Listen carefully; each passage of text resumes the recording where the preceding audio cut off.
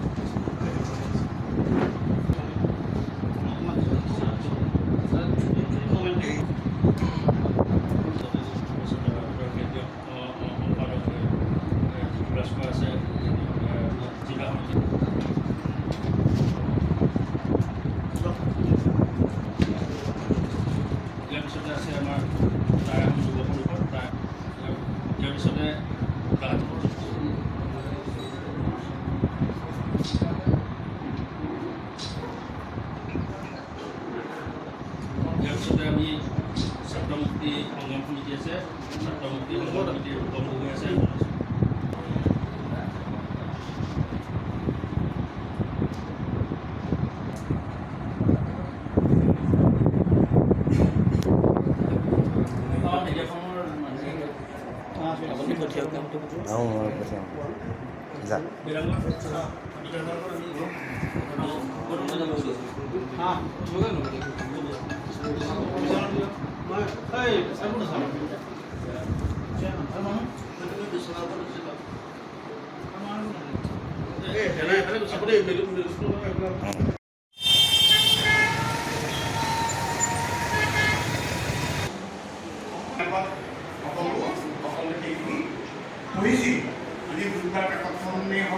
জনপ্ৰিয়তা আচলতে তেখেতে প্ৰাকৃতিকলৈকে ঘূৰি বিভিন্ন স্থানত অৱস্থান কৰি সেই ঠাইৰ মানুহৰ লগত তেনেকৈ মোৰ ব্যক্তিগতভাৱে সন্মিলন আছিল, মোৰ এটা বন্ধুত্ব আছিল পৰাকুমাৰ দাসৰ লগত। তেনেকৈ মোৰ অত্যন্ত ঘনিষ্ঠ আন এজন বন্ধু আছিল নিলয় দত্ত, যে তেওঁ অৰুণাচলৰ এডভকেট জেনেৰেল হৈছিল গুৱাহাটী উচ্চ ন্যায়ালয়ৰ।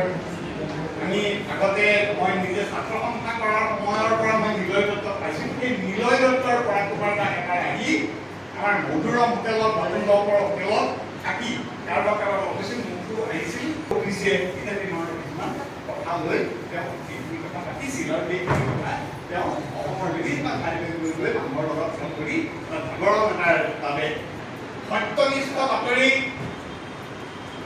শুদ্ধ বিশ্লেষণৰ জৰিয়তে তথ্যভিত্তিক তাৰ পৰিৱেশনা মানুহৰ যিবিলাক সমস্যা, সেই সমস্যাবিলাকৰ উপস্থাপন আমাৰ যিবিলাক সুবিধা অসমৰ মাটি আৰু আমাৰ ইয়াৰ যিটো প্ৰকৃতিপ্ৰদত্ত আমাৰ যিবিলাক সুবিধা, সেই সুবিধাবিলাকৰ পূৰ্ণ সুযোগ গ্ৰহণ কৰি আমি আচলতে প্ৰতিষ্ঠাৰ কাম যাব লাগে। কুমাৰ দাসৰ 28 সংখ্যক মৃত্যু দিৱস, লগতে গোলাঘাট মিডিয়া ফ'ৰামৰো 6ষ্ঠ সংখ্যক প্ৰতিষ্ঠা দিৱস। আজি এই দিনটোত আমি পুৱাবেলা শ্বহীদ সাংবাদিকগৰাকীৰ প্ৰতিমূৰ্তিত বন্তি প্ৰজ্বলন মাল্যাৰ্পণ কাৰ্যসূচী সমাপন কৰা হ'ল। ইয়াৰ পিছতে গোলাঘাট পৌৰসভা সভাকক্ষত শ্বহীদ সাংবাদিকগৰাকীৰ সোঁৱৰণত এখন সভা অনুষ্ঠিত হ'ল। আৰু এই সভাৰ লগত বা মৃত্যু দিৱসৰ লগত সংগতি ৰাখি আমি প্ৰথমবাৰৰ বাবে শ্বহীদ সাংবাদিক পৰাকুমাৰ দাসৰ সোঁৱৰণত এটি বঁটা প্ৰদান কৰিবলৈ লৈছিলোঁ। আৰু এই বঁটাটি আজি প্ৰথমবাৰৰ বাবে প্ৰদান কৰা হ'ল গোলাঘাটৰ বিশিষ্ট সাংবাদিক বিকাশ শৰ্মা ডাঙৰীয়াক। তেখেত শাৰীৰিক অসুস্থৰ বাবে সভাত উপস্থিত থাকিব নোৱাৰিলে। তেখেতক আমি সকলো আহি ঘৰতে বঁটাটি প্ৰদান কৰিলোঁ।